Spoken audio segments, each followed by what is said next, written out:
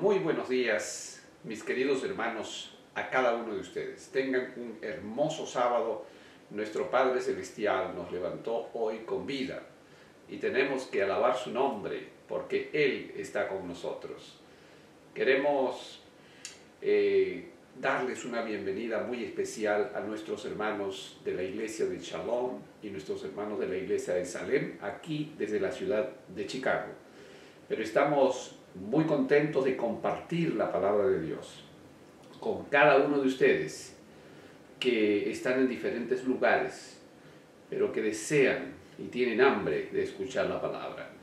El día de hoy el tema es muy especial porque tiene que ver con un aspecto muy profundo de nuestra vida, en esta batalla entre el bien y el mal que por mucho tiempo en este planeta se ha librado.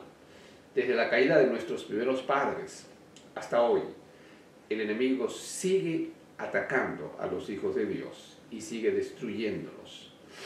Y esa batalla se realiza a nivel de nuestra mente. Antes de poder estudiar la palabra de Dios, antes de revisar lo que Dios dice en la palabra, vamos a elevar una plegaria a Dios para permitir que su Santo Espíritu pueda iluminar nuestras mentes y que el mensaje del Señor pueda llegar con poder a cada uno de nosotros. Oremos. Eterno Padre, estamos agradecidos a ti en este momento porque tú estás con nosotros, porque tu Santo Espíritu va a llegar a cada uno de nosotros a fin de que seamos iluminados plenamente por el poder de tu Santo Espíritu. Gracias, Señor, por tu amor. Gracias por tu mensaje. Y te rogamos que tu Espíritu pueda fortalecernos en este momento, pueda darnos el poder que necesitamos. En el nombre de nuestro Señor Jesús te lo rogamos. Amén. Estamos viviendo en un mundo donde se produce una batalla muy especial dentro de nuestra mente.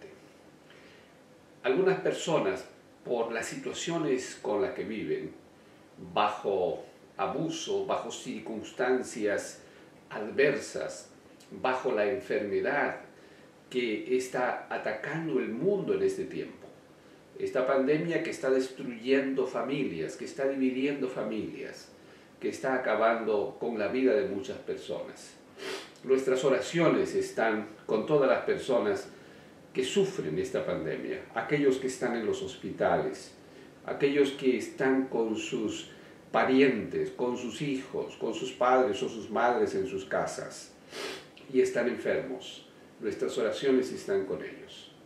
El enemigo trata de poner culpa dentro de nosotros, sin tener opción a compartir muchas veces con alguien nuestro dolor, y esto es equivalente a agonizar poco a poco en nuestra vida. Los procesos mentales que se producen cuando una persona se siente acusada, amenazada o culpable son prácticamente los mismos. El cerebro, por naturaleza, no quiere sentirse equivocado, amenazado, acusado. Y es por eso que busca salir de esta situación y busca desesperadamente librarse de esta amenaza, la cual la considera como un peligro para su supervivencia. Esta reactividad genera cambios químicos y se manifiesta en los cambios de nuestros sistemas de nuestro cuerpo, predisponiéndonos para diferentes tipos de enfermedades. De manera que vivir sintiéndonos culpables o desarrollar pensamientos de autocompasión son como una especie de sentencia de ejecución inmediata, altamente destructiva para cada uno de nosotros. Se siente como si hubiera comenzado nuestro cerebro a colocarse en modo de autodestrucción. Vemos de manera más simple qué es lo que nos ocurre cuando sentimos culpabilidad o cuando caemos víctima de la autocompasión. Queremos revisar muy rápidamente y de manera muy sencilla. Si tú estás viviendo una vida más o menos tranquila, pero estás cometiendo errores, errores que están afectando a tu familia, errores que te están afectando a ti, y sin embargo no son todavía muy graves, comienzas a sentirte incómodo. Tratas de acabar con esta incomodidad, buscando justificaciones, tratando de encontrar culpables que te ayuden a sentirse menos culpable. A ningún cerebro humano le gusta la culpa y le gusta que lo culpen de algo. Tal vez puedes comenzar a sentir cosas como estas.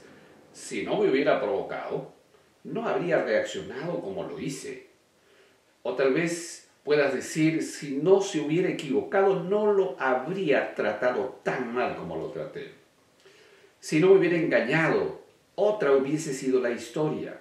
Así el cerebro va construyendo razones para compensar la culpa, a fin de sentirse mejor. Pero en realidad no se produce tal mejoría.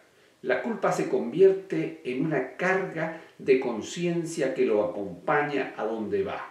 Mientras come, mientras duerme, mientras trabaja, esta culpa produce trastornos en el sistema digestivo, en el sistema circulatorio, en el sistema cardiovascular, en el sistema endocrino y en todos los sistemas de nuestro cuerpo, predisponiendo nuestro cuerpo para sentirnos enfermos.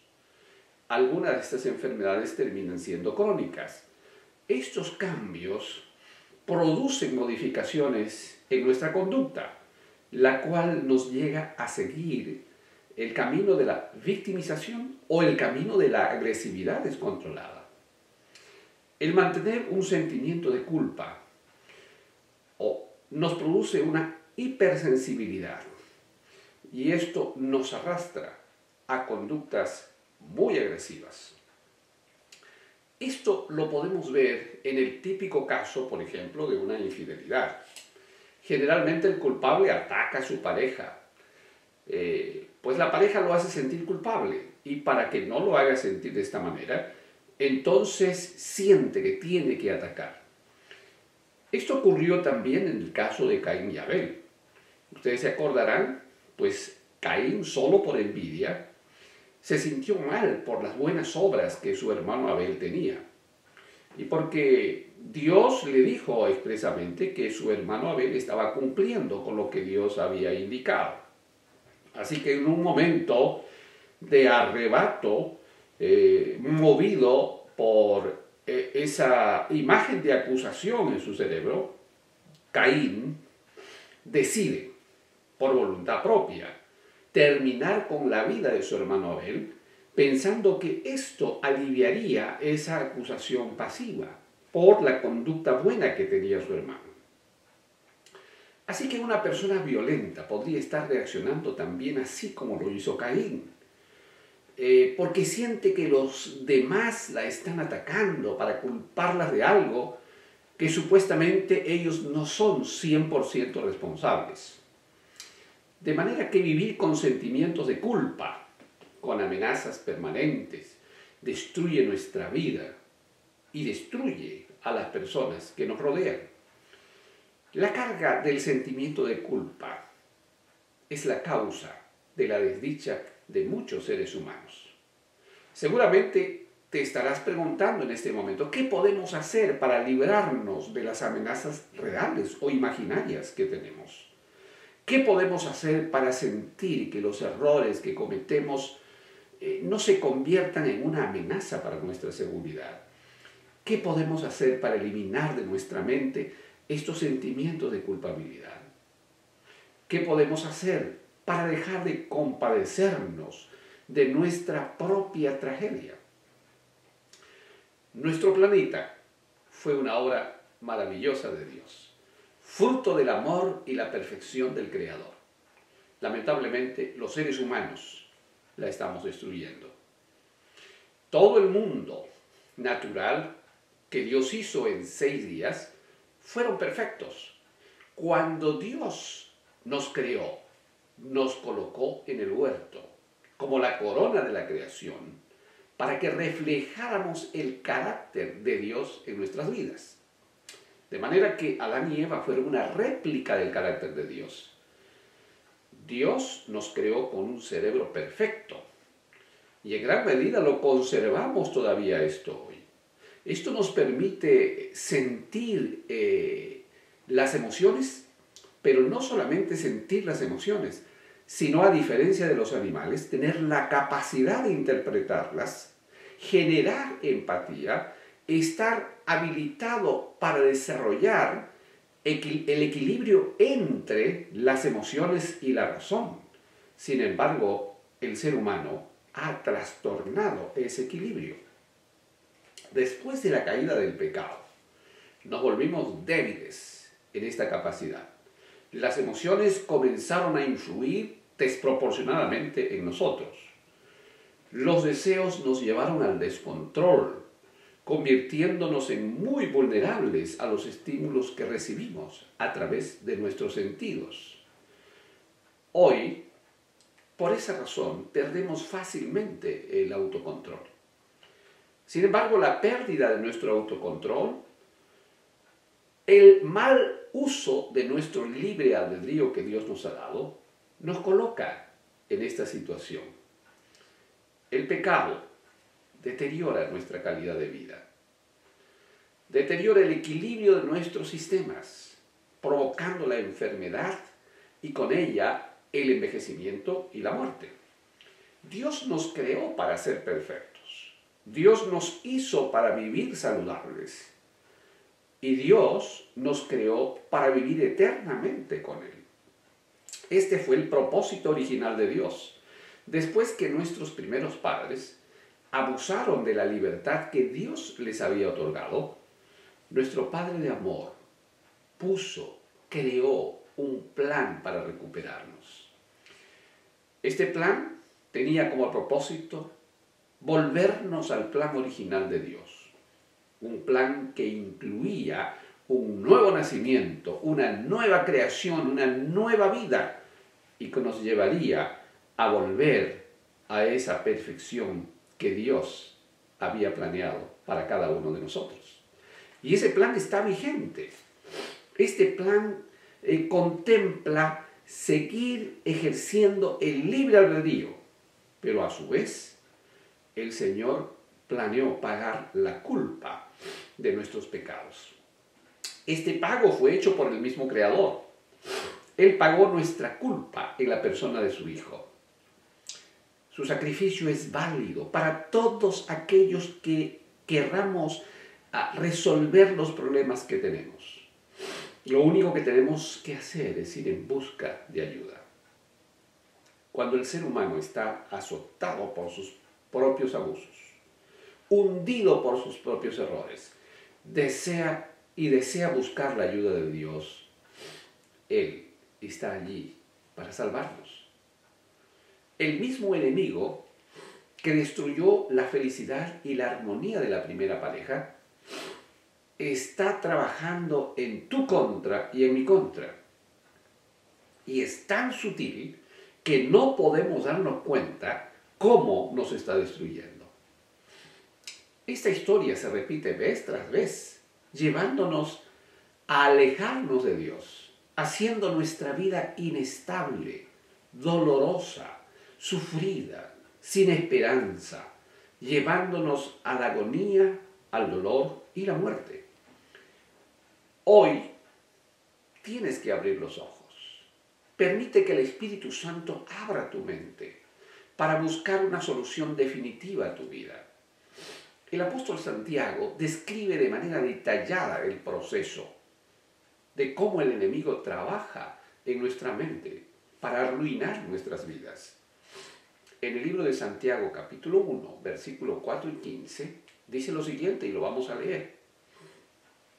Todo lo contrario, cada uno es tentado cuando sus propios malos deseos lo arrastran y lo seducen. Luego, cuando el deseo ha concebido, engendra el pecado, y el pecado, una vez que ha sido consumado, da a luz la muerte. El proceso de la tentación comienza en nuestro cerebro. ¿Qué tipo de tentación? Los que apelan a nuestros malos deseos naturales. Esas son las tentaciones que despiertan nuestras emociones descontroladas, nuestras tendencias pecaminosas.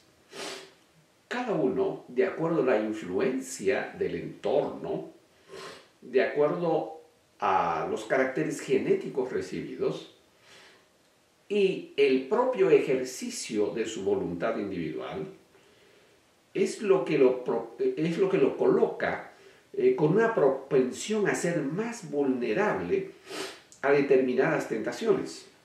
Así que es muy importante conocer nuestra historia. Es muy importante identificar nuestros puntos vulnerables, identificar nuestras debilidades humanas. Una vez que hemos podido hacer este análisis de nuestra realidad, tenemos que aceptarla, tenemos que reconocerla. Y luego, de manera específica, tenemos que pedirle a Dios que Él nos fortalezca, que el poder de su Espíritu esté con nosotros para vencer estas debilidades. Si somos conscientes de nuestras debilidades y pedimos la ayuda de Dios, podremos ser cuidadosos en no exponernos frente a las tentaciones que apuntan a nuestras debilidades. Al hacer el uso del ejercicio de nuestra libertad individual, por la obra del Espíritu Santo seremos capaces de apartarnos del peligro que nos acecha.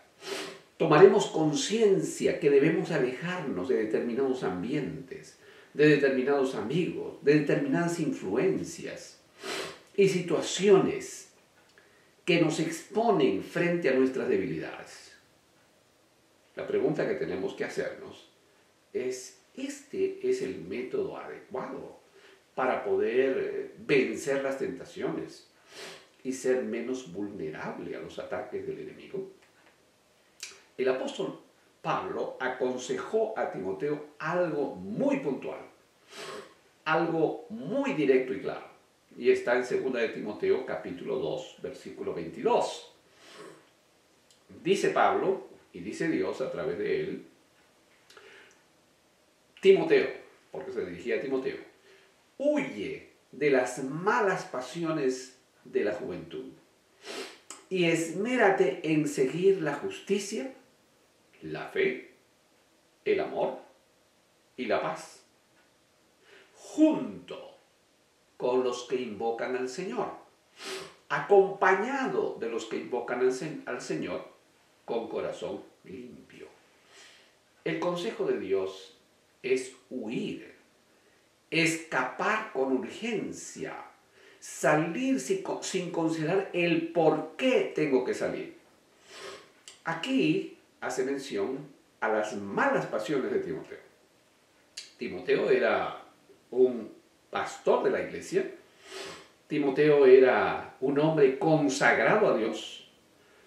Timoteo era un joven que había crecido respetando y amando al Creador y ahora compartía la fe con otros creyentes. Sin embargo, la Escritura le dice, huye. Si usted está sufriendo de un vértigo repentino, ¿tomaría la decisión de subir al techo de su casa para reparar algo? Seguramente que no, porque usted sabe el riesgo que va a correr. Si usted es alérgico a la picadura de las abejas, ¿usted se iría a un panal de abejas para procurar miel? Seguramente que no. Si usted escucha que dos bandas rivales están haciendo un tiroteo, están tirándose balas los unos a los otros, en la calle donde está la puerta de entrada de su casa, ¿saldría usted a la calle para poder ver cuál de las bandas rivales está ganando la pelea? Por supuesto que no. Si a usted le gustó jugar juegos de azar y le gustó los casinos y está en proceso de recuperación, de salir de este vicio terrible, usted visitaría el casino para probar si usted ya está fuerte y no va a caer en la tentación? Seguramente que no. Si usted se está recuperando del alcoholismo, ya se siente mucho mejor. ¿Aceptaría una invitación de sus antiguos amigos para ir a celebrar el cumpleaños de uno de ellos? ¿Y usted haría eso? Seguramente todo lo que usted ganó lo perdería en un instante. Cada uno de nosotros debe reconocer su propia historia, sus propias debilidades y tomar la determinación de huir, de no acercarse, no exponerse a un ambiente que lo coloque a usted en peligro. Este joven, pastor de la iglesia, muy entregado a Dios, recibió este mensaje directo de Dios. Y Dios le dijo a Timoteo: huye, escapa, desaparece, no hay tiempo para que pienses si podrás resistir, simplemente corre, sal del lugar con toda urgencia y con todas tus fuerzas. Esta acción es contraria a la reacción natural del cerebro humano, especialmente para los hombres, quienes tienen la amígdala cerebral mucho más grande. Por lo tanto, sus reacciones de violencia, de desafío, son mucho más rápidas. Y entonces quieren medirse con el peligro, quieren enfrentarlo y creen que pueden ganarlo. El enemigo sabe que va a sacar ventaja de nuestras debilidades para producir dolor, sufrimiento, división y muerte. El enemigo sabe perfectamente qué teclas tomar para que la sinfonía del pecado se haga presente en nuestras vidas. Nuestro Dios nos dice en este texto: esmérate, esfuérzate con determinación, con todas tus energías y con toda tu voluntad para practicar la justicia, la fe, el amor y la paz. Aquí se refiere no a tu justicia ni a mi justicia, se refiere a la justicia de Cristo. Y por eso el versículo lo aclara. Como dijimos anteriormente, la tendencia natural de nuestro cerebro es de encontrar razones, justificaciones para no quedar mal ni para parecer débiles. Nuestra tendencia es buscar nuestra propia justicia para cumplir nuestras culpas, cubrirlas. Pero eso no es posible, porque las culpas siempre estarán presentes en nuestra mente. En cambio, el Señor Jesucristo ofrece que Él puede eliminar nuestras culpas y ofrece que Él puede sacar nuestro sentimiento de culpa de nuestra mente. Solo Él puede resolver el problema plenamente. En medio de la tentación, el enemigo susurra a nuestra mente algunas cosas, tales como: hey, ¿tienes miedo de caer en la tentación? ¿Eres tan cobarde, tan inseguro que quieres rechazar la invitación que te están haciendo? Luego dice a nuestra mente: ¿acaso dudas de la fe tan fuerte que tú tienes? Además, debes saber que no es un pecado aceptar una invitación. Tú eres un creyente fuerte.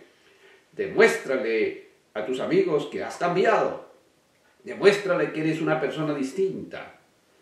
Además, tú no tienes la intención de hacer nada malo. Solo estarás un momento y cuando tú quieras, tú puedes salir de ese lugar. Contemplar y escuchar estas sugerencias satánicas es completamente equivocado. Porque Dios nos dice con claridad que debemos huir, que debemos ocupar nuestro tiempo en desarrollar nuestra fe, en mostrar el amor de Jesucristo en nuestra vida y procurar la paz donde quiera que nosotros vayamos. Permítame, hablar un poquito más acerca de este mensaje de Pablo cuando él dice: nos arrastran y nos seducen nuestras tendencias. Tenemos que ser conscientes que nuestras debilidades emocionales son como un tsunami que nos arrastra si nos colocamos en su camino. La seducción no es otra cosa que ese proceso químico que se produce en nuestro cerebro frente a la exposición de nuestros sentidos a los deseos incontrolables de algunas debilidades que tenemos. El apóstol Juan dice en 1 de Juan capítulo 2, versículo 16, porque nada de lo que hay en el mundo, los malos deseos del cuerpo, la codicia de los ojos, la arrogancia de la vida, proviene del Padre, sino del mundo o de Satanás. Cuando permitimos que nuestros sentidos se expongan, cuando miramos, oímos, tocamos, olemos o gustamos un potencial peligro, se produce un proceso rápido de interpretación y se produce una respuesta automática. Esta respuesta es mucho más rápida y no alcanza a que nosotros podamos hacer uso de nuestra razón. No podemos hacer un análisis con nuestra corteza prefrontal. Y si eso ocurre, en ese momento quedamos secuestrados por nuestras emociones y caemos en el pecado. Eso ocurre por satisfacer nuestro deseo. Cuando eso pasa, entonces la dopamina se eleva.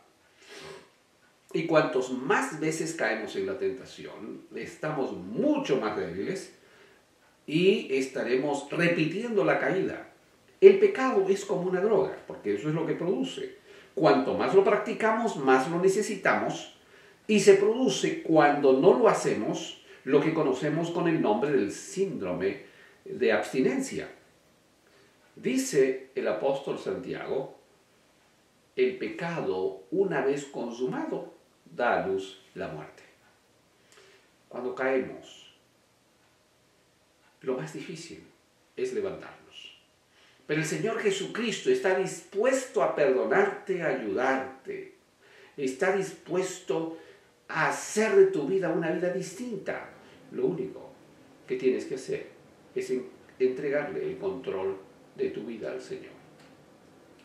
¿Por qué se hace tan difícil tomar una decisión como esa?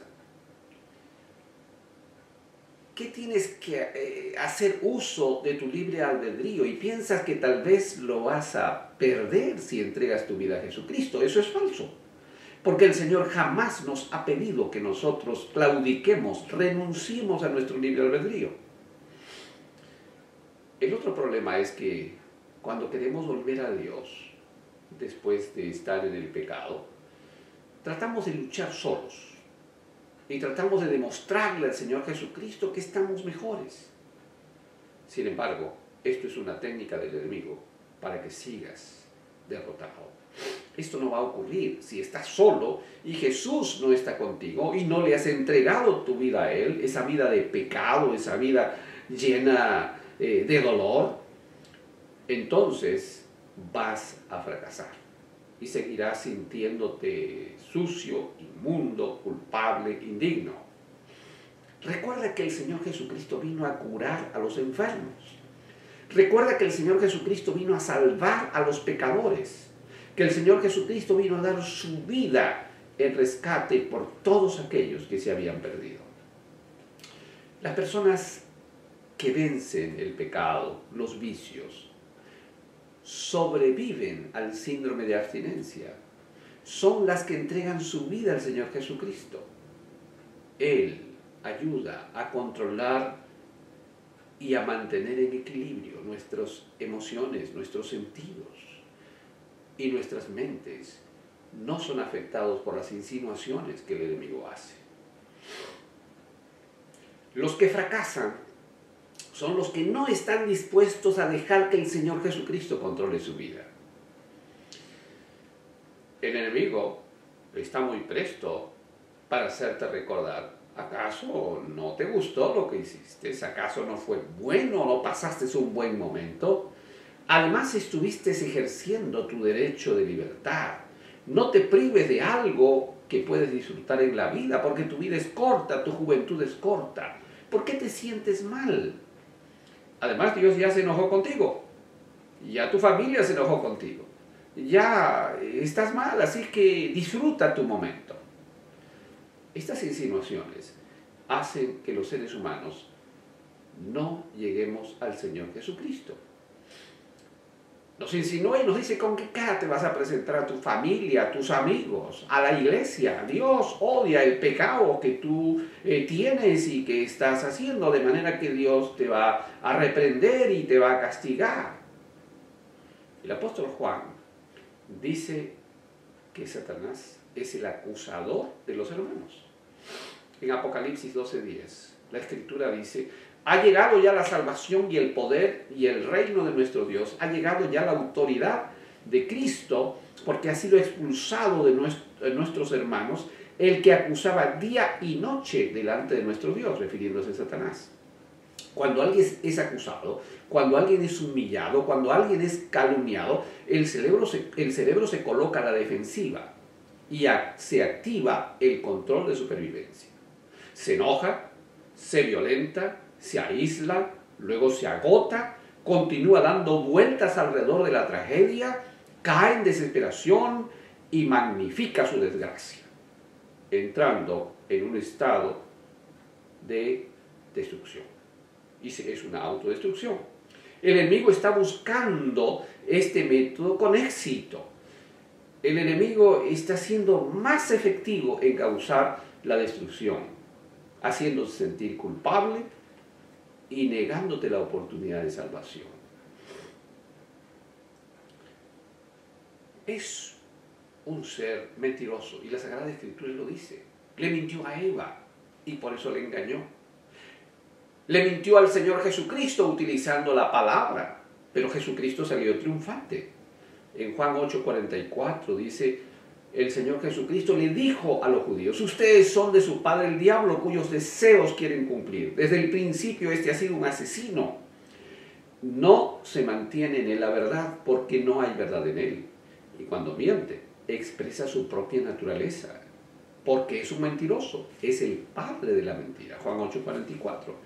La oración que incluye la confesión sincera te llevará a contarle a Dios lo que sientes, lo que estás viviendo, lo que deseas hacer de manera descontrolada.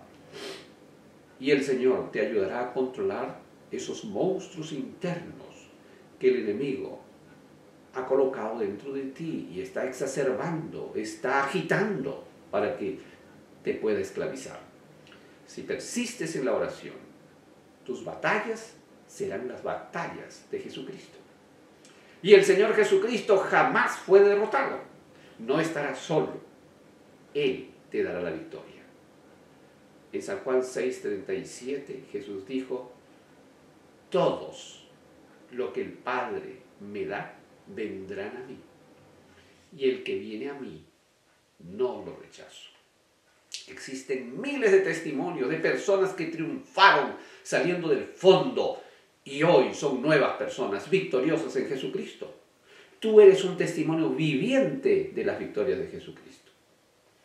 No importa cuán culpable te sientas, cuán perdido estés, cuán sujeto te encuentres a las cadenas del enemigo. El Señor está a tu lado para darte libertad. No dudes en acercarte a Él. El Señor Jesucristo dijo: y conoceréis la verdad, y la verdad os libertará. ¿Quién es Dios para ti? Es el creador del universo. Es el único verdadero. Es el dueño tuyo. Es el sanador de tu vida. Es el que le da paz a tu familia y a ti. Es el pastor de tu vida. Es el defensor de toda tu situación. Es el proveedor en tu vida. ¿Es el Altísimo o el Todopoderoso? Estos fueron nombres que el Señor utilizó en el Antiguo Testamento. Dios Todopoderoso, el Dios del Antiguo Testamento, cuidó y guió a su pueblo y es el mismo que quiere cuidarte y quiere guiarte a ti. Y en este tiempo, Dios se ha manifestado a través de Jesucristo.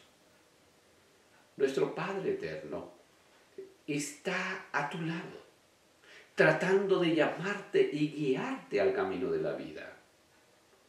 Nuestro Padre Eterno está contigo en este mismo instante.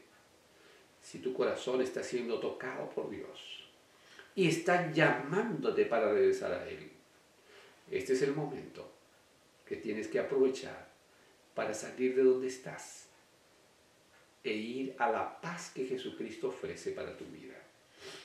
No importa si estás en medio de una lucha con tu pareja, o si las cosas están muy mal en tu casa, o si tienes hijos que están rebelados contra ti, o si estás en problemas de trabajo o de enfermedad. No existe nada difícil para Dios. Dios está dispuesto a acompañarte para devolverte la vida, la paz original que Él tuvo para cada uno de nosotros y que tiene para ti en este instante. Quiero invitarte para que tú puedas decirle a Dios: Señor, aquí estoy.